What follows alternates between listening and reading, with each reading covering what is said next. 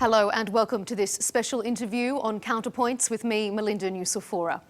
Last June, Israel's Prime Minister Benjamin Netanyahu declared a historic victory which will stand for generations after his country's 12-day war against Iran. But less than 1 year later, the two rivals, and increasingly it seems the broader region, are once again embroiled in conflict. Israel's opposition has largely rallied around the government in support of its military actions over the weekend. Joining me is opposition leader and former Prime Minister Yair Lapid. Thank you so much, sir, for joining us here on Counterpoints. Thank you for having me, Melinda. So, if Israel and the US achieved that historic victory last time, and the current negotiations were reportedly going well and were close to an agreement, according to the Omani mediators, why was this military action necessary? Because the Omani mediators were wrong. This was not going well. This was Iran again going back to its evil ways and deceiving and stalling and buying time in order to keep on building their nuclear facilities and their ballistic missile facilities in order to shower Israel with ballistic missiles and, God forbid, use atomic weapons against Israel and around the Middle East, as we see now. Are you surprised at the scope of Iran's retaliation? I mean, Gulf states have had more missiles and drones directed at it than towards Israel. Are they paying the price for Israel's war?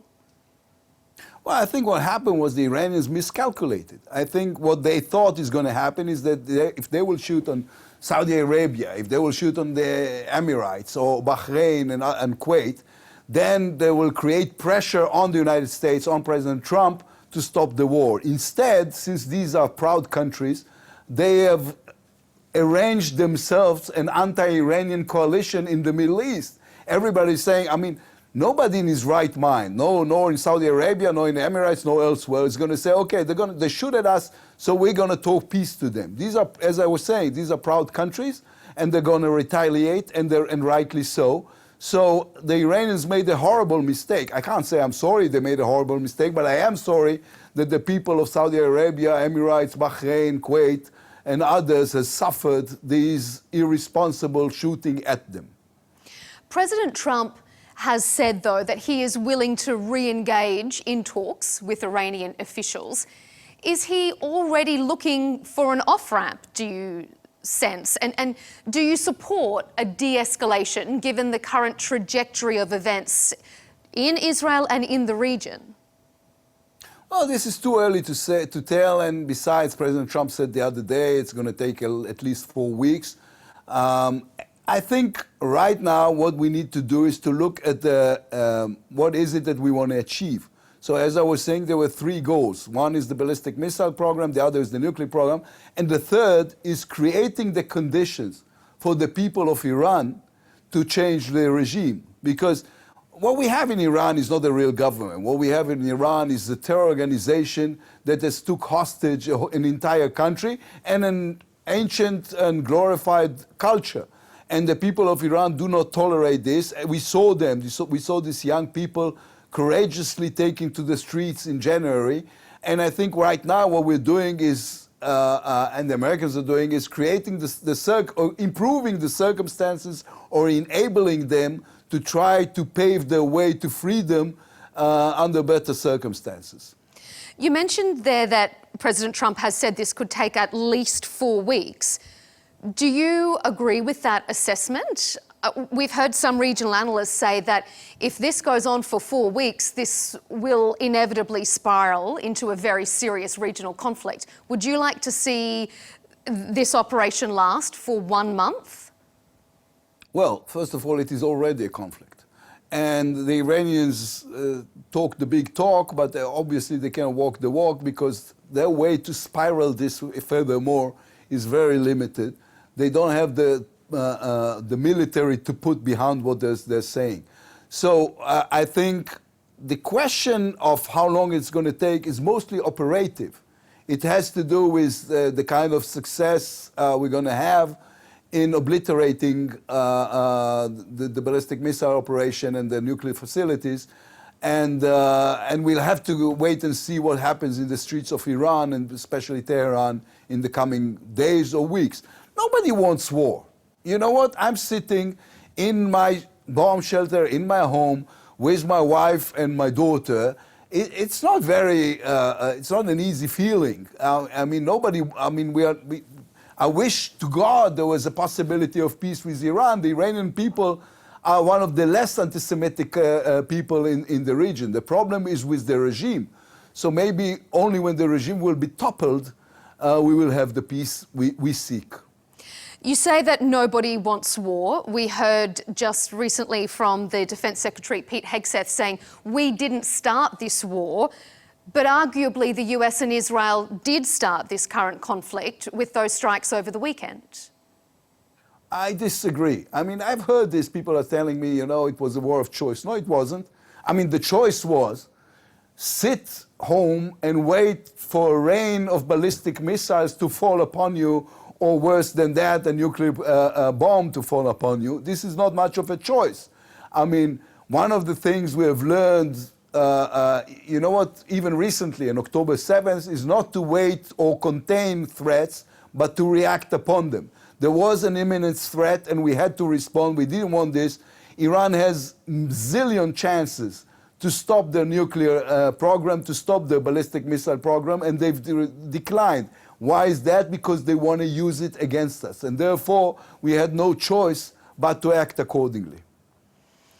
Senior Iranian national security officials have said that Iran is prepared for a long war regardless of the cost. Do you think that Israel has miscalculated and that Iran is going to not back down, but only up the ante here, and it could end up being a lot worse for Israel than perhaps it has calculated? The only thing I can believe in this statement is the fact that they don't care about their own people. That they all, in any cost. What does in any cost mean? It means the death of a lot of Iranians who's done no harm.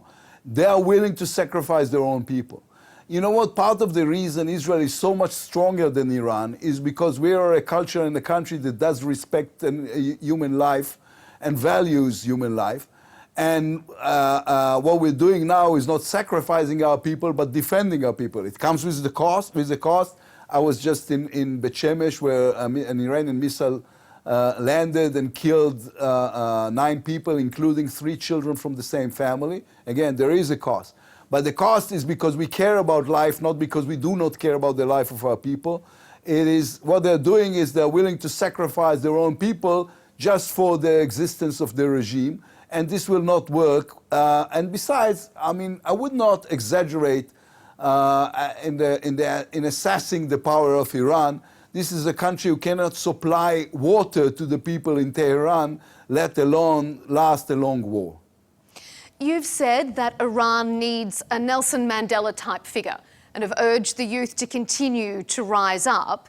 Is total leadership change in Iran the only suitable outcome for Israel, or would it support a weakened leadership similar to the Venezuela model? Well, it's not up to us. I mean... and yet it was Israel and the US who assassinated the Supreme Leader. So Israel does have a hand in it. Well, we do have a hand in it, but the change we're talking about is up to the people of Iran. Yes, we are killing terrorists, and we are killing terrorists who want to kill us before they kill us. And this is why we killed Khamenei, and we're not going to apologize for this. And this is why we killed also all the other people around him, because they were sitting in a bunker planning mass destruction on Israel, and we're not going to tolerate this. But the question of where Iran is going is an Iranian question. We can, as I was saying, the only thing we can do is enabling the possibility by hitting Revolutionary Guards headquarters, Basij headquarters, by eliminating some of the more radical leaders, yes, including Khamenei. But we're not going to try and we're not even going to pretend we can make the decision for the people of Iran. It's up to them. Is there a concern in Israel, though, that perhaps this could galvanise people against the West, against the US and Israel, because this has been intervention from above, not from the civilians. Galvanizing more than 40 years of anti-Semitic propaganda and burning flags in City Square and exporting terror all around the Middle East. How can you galvanize it more? You know, there's something that was always almost comical to me. You saw this demonstration throughout the last 40 years of people burning Israeli and American flags in Tehran main square. And I always ask myself, where do they get the flags? How many flags do they have of Israel and the United States? And the answer is as many as the regime is giving them. So they had a really huge propaganda operation, trying to galvanize the public opinion against Jews, and the word is against Jews, it's not against Israel, against Jews and against the West. And they did not succeed. We saw what happened in the streets of Tehran when it became known that Khamenei died. People were celebrating, and they were celebrating because they were celebrating the future freedom of the people of Iran. If we turn our attentions before we run out of time to Lebanon, the Israeli military says all options are on the table regarding a possible ground invasion in Lebanon, because we have seen retaliation from Hezbollah there. Do you think the reopening of that front as a ground operation is now inevitable? No, I think it is. I mean, there's still. It's up to the Lebanese what they're going to do opposite Hezbollah. We told Hezbollah to begin with, if you get involved in this, you will pay a terrible price, and Lebanon will pay a terrible price. Hezbollah is controlling Lebanon. It's not the other way around. And I think they miscalculated, and I think we retaliated in the proper manner, and it can get much worse for Lebanon. So if they know what's good for them, they should stop whatever it is they were trying to do. They're not helping themselves. And I saw President Aoun, the Lebanese president, telling Hezbollah this is illegal. And what he meant is, you are leading to the destruction of Lebanon as a country, and I'm not willing to tolerate this. And he's right. Hezbollah is playing with fire. As I was saying, after October 7th, there will be no policy of containment of threats from Israel. We will respond to anything large scale, and they're just bringing doomsday on themselves. And just finally, there has been concerted effort to normalise relations between Israel and a lot of Gulf countries. A lot of those countries now feeling very direct implications from the US and Israeli actions. What would you say to people in the Gulf states at the moment as they continuously hear those missile defence shields booming overhead day after day? Well, you know, there's this new thing they call WhatsApp diplomacy. I've been texting with my friends around the Arab world in the last few days, sending each other, you know, messages of hope and encouragement. And basically, if anything, I think this will, long term, not short term, long term, this will contribute to the kind of relations we have with the Gulf states, because, you know, the enemy of my enemy is my friend, and especially if he was a friend beforehand. And I think people understand now that, you know, we have even more common interests than we thought that we have before. Hopefully this will convince some of the country who is playing both parties, you know, the Iranian and the Israeli, to understand whom can they trust and what country is a reliable partner, especially in time of need. We are the reliable partner, and we are more than willing to promote this peace. I was privileged enough as Foreign Minister and then Prime Minister to open the embassies in Bahrain and the UAE, and I hope to God one day I will have the chance to open our embassy in Riyadh.